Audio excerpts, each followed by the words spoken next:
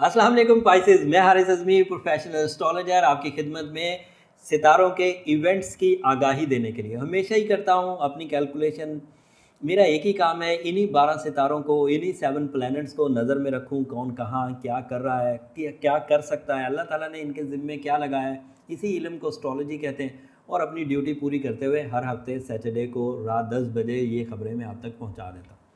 अब मामला ये है, पाइसेस के मज़े आपने खूब किए माशाल्लाह। नवंबर 2018 से लेकर 9 अप्रैल तक जुपिटर आपके यहाँ सेकंड हाउस में रहा, जुपिटर आपके यहाँ 10th हाउस में रहा। बट अब वो रेट्रो हो गया है तो 10th हाउस की कुछ खुशखबरियाँ कमज़ोर पड़ेंगी। ऐसी कमज़ोर पड़ेंगी कि जो गुड लक से आपको एडवांटेजेस मिलने थे वो नहीं मिलेंगे, लेकिन कम मिलेंगे या लेट होकर मिलेंगे।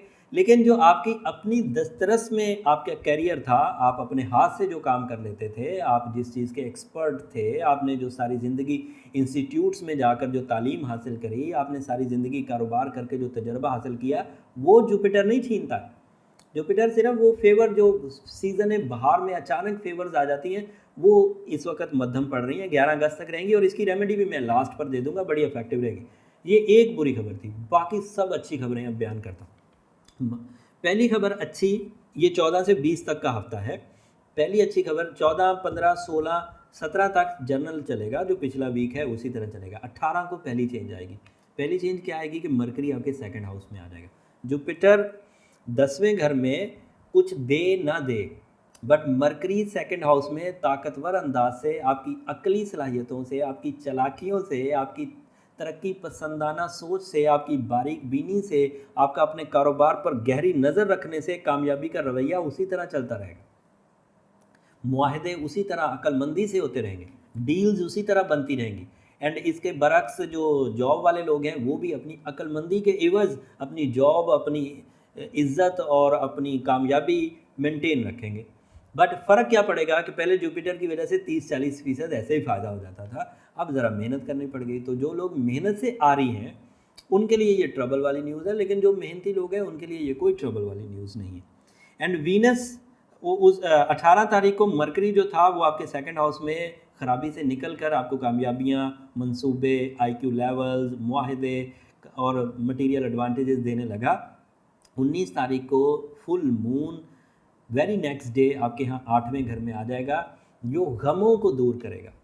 ऐसी फीलिंग्स आएंगी कि अखराजात करते करते जो बंदे के दिमाग में एक हिजान सा, हेजिटेशन सी पैदा हो जाती है, वो उसे थोड़ा बैलेंस कर दे, करेगा 3 दिन के लिए ही, लेकिन बहरहाल बैलेंस कर देगा, तो वो भी एक पॉजिटिव है। ये 19 की खबर। 20 तारीख को फिर वीनस आपके यहाँ सेकंड हाउस में अपीयर हो जाएगा, तो आपके यहाँ 3 फ़ायदे होंगे। एक तो मरकरी के साथ मिलकर वीनस कुदरती तौर पर आपकी अट्रैक्शन को बहुत बढ़ाता है। एक बंदा ज़हीन भी हो, एक बंदे के बातों में दम भी बड़ा हो, उसका कम्युनिकेशन स्किल भी बड़ा बढ़ जाए, फिर उसकी अकली सलाहियतें भी उसके काम आ रही हो, तो कामयाबी का रेशो आप खुद चेक कर लें कहाँ पहुँच जाएगा।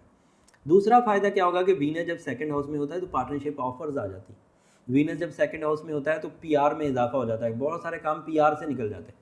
वीनस अगर सेकंड हाउस में होता है तो बहुत सारे काम, बहुत सारे सोशल कनेक्शंस नए डेवलप हो जाते हैं। वीनस अगर सेकंड हाउस में हो तो अट्रैक्शन लेवल भी बढ़ जाता है। आप सेकंड हाउस में अट्रैक्टिव हों, कारोबारी हों, ज़हीन हों, तो आप अंदाज़ा लगाएं कि आप ये सारी चीज़ें कैश करके अपने कारोबार को कहाँ से कहाँ ले जाएंगे। तो ये दोनों चीज़ें आपके लिए मुस्बत है।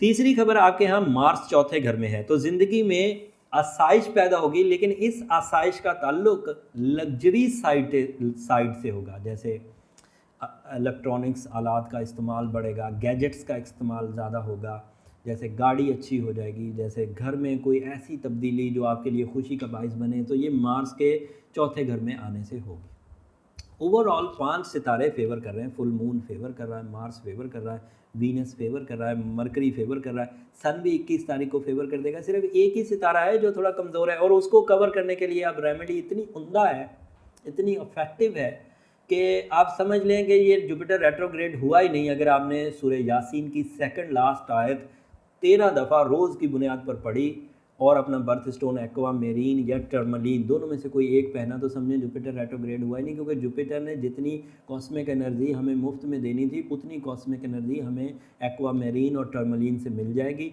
जितनी खैर और बरकत हमें सोलर सिस्टम से मिलनी थी उतनी खैर और बरकत हमें सूरह यासीन की सेकंड लास्ट आयत से मिल जाएगी। और उसके अलावा प्लस क्या हो जाएगा कि शोबान के महीने की ब्लेसिंग्स अलग आएंगी, रमज़ान के महीने की ब्लेसिंग्स अलग आएंगी। तो आपको कोई कमी का सामना नहीं करना पड़ेगा। आप इसी तरतीब से, इसी तसलसल को मेंटेन करते हुए कामयाबियाँ हासिल करेंगे। उम्मीद करता हूँ ये खबरें आपके काम आएंगी, आप अपने डिसीजंस ले पाएंगे, मुआहदे कर पाएंगे, कर्ज़ों से बच सकेंगे, अपनी सलाहियतों को सही अंदाज से इस्तेमाल करेंगे, अपने मूड को प्लेजेंट रखेंगे।